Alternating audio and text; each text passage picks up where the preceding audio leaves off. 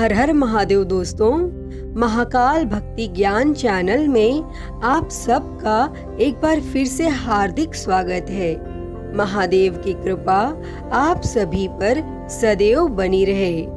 दोस्तों, आज मैं आपको इस वीडियो में पाप मोचनी एकादशी के व्रत का महात्म्य और उसकी व्रत कथा सुनाऊंगी। तो आप सभी से विनम्र निवेदन है, इस वीडियो को अंत तक जरूर देखें। दोस्तों, जैसे कि पाप मोचनी एकादशी नाम के अनुसार ही इस व्रत को करने वालों के सभी पाप कट जाते हैं और पुराणों में इस व्रत का महात्म्य बताया गया है। कहा जाता है कि विकट से विकट स्थिति में भी पाप मोचनी एकादशी से हरि कृपा अवश्य मिलती है। और व्रतों में नवरात्रि, पूर्णिमा, अमावस्या और एकादशी मुख्य व्रत हैं। इसमें सबसे बड़ा व्रत एकादशी का माना जाता है। दोस्तों, एकादशी के व्रत से चंद्रमा के हर खराब प्रभाव को रोका जा सकता है और एकादशी व्रत से ग्रहों के बुरे प्रभाव को भी काफी हद तक कम किया जा सकता है और इस व्रत का सीधा प्रभाव मन और शरीर पर पड़ता है। इससे अशुभ संस्कारों को भी नष्ट किया जा सकता है। दोस्तों, चैत्र मास की यह एकादशी अत्यंत ही फलदायी है और भगवान श्री हरि की कृपा का उत्तम दिन है पाप मोचनी एकादशी। चैत्र मास के कृष्ण पक्ष की एकादशी को पाप मोचनी एकादशी कहा जाता है और व्यक्ति के सारे पापों को नष्ट करने की क्षमता के कारण ही यह पाप मोचनी एकादशी कहलाती है और इस व्रत से व्यक्ति पाप मुक्त हो सकता है और उसे संसार के सारे सुख प्राप्त हो सकते हैं। दोस्तों, पाप मोचनी एकादशी पर भगवान विष्णु की पीले फूलों से पूजा करने पर उनकी कृपा बरसती है और इस दिन 9 ग्रहों की पूजा से सभी ग्रह शुभ परिणाम देते हैं। दोस्तों, आइए अब सुनते हैं पाप मोचनी एकादशी की व्रत कथा। एक बार धर्मराज युधिष्ठिर भगवान श्री कृष्ण से बोले, हे जनार्दन, चैत्र मास के कृष्ण पक्ष की एकादशी का क्या नाम है तथा उसकी विधि क्या है? कृपा करके आप मुझे बताइए। तब भगवान श्री कृष्ण बोले, हे राजन, चैत्र मास के कृष्ण पक्ष की एकादशी का नाम पाप मोचनी एकादशी है। इसके व्रत के प्रभाव से मनुष्य के सभी पापों का नाश होता है और यह सब व्रतों में उत्तम व्रत है।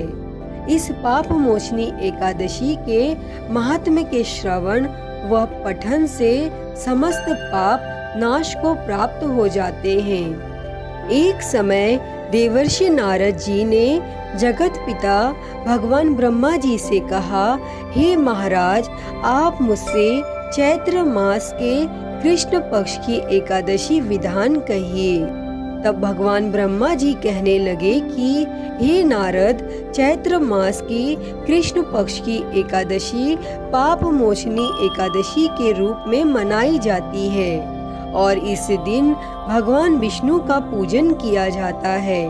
और इसकी कथा के अनुसार प्राचीन समय में चित्ररथ नामक एक रमणीक वन था और इस वन में देवराज इंद्र गंधर्व कन्याओं तथा देवताओं सहित स्वच्छंद विहार करते थे। एक बार मेधावी नामक ऋषि भी वहां पर तपस्या कर रहे थे और वे ऋषि शिव उपासक थे तथा अप्सराएं शिवद्रोहिणी अनंगदासी थी। और एक बार कामदेव ने मुनि का तप भंग करने के लिए उनके पास मंजू गोषा नामक अप्सरा को भेजा और युवावस्था वाले मुनि अप्सरा के हाव भाव, नृत्य, गीत तथा कटाक्षों पर काम मोहित हो गए और रति क्रीड़ा करते हुए 57 वर्ष व्यतीत हो गए। फिर एक दिन मंजू गोसा ने देवलोक जाने की आज्ञा मांगी और उसके द्वारा आज्ञा मांगने पर मुनि को भान आया और उन्हें आत्मज्ञान हुआ कि मुझे रसातल में पहुंचाने का एकमात्र कारण अप्सरा मंजू गोसा ही है। और क्रोधित होकर उन्होंने मंजू गोसा को पिशाचिनी होने का श्राप दे दिया। फिर श्राप सुनकर मंजू गोसा ने कांपते हुए ऋषि से मुक्ति का उपाय पूछा।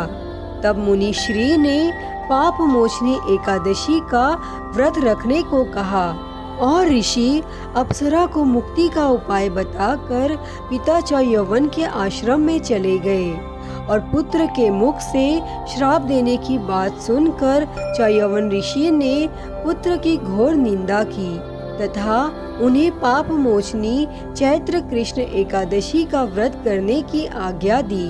और व्रत के प्रभाव से मंजू गोसा अप्सरा पिशाचिनी देह से मुक्त होकर देवलोक चली गई। अतः हे नारद, जो कोई मनुष्य विधि पूर्वक इस व्रत को करेगा उसके सारे पापों की मुक्ति होना निश्चित है। और जो कोई इस व्रत के महात्म्य को पढ़ता और सुनता है उसे सारे संकटों से मुक्ति मिल जाती है। तो बोलिए जय श्री हरि विष्णु। दोस्तों, यह था पाप मोचनी एकादशी के व्रत का महात्म्य और उसकी व्रत कथा। अगर वीडियो पसंद आई हो तो प्लीज इसे लाइक करें, कमेंट करें और ज्यादा से ज्यादा शेयर करें। अगर मेरे चैनल पर नए हैं तो मेरे चैनल को सब्सक्राइब कर नोटिफिकेशन बेल को जरूर ऑन करें। हर हर महादेव। धन्यवाद।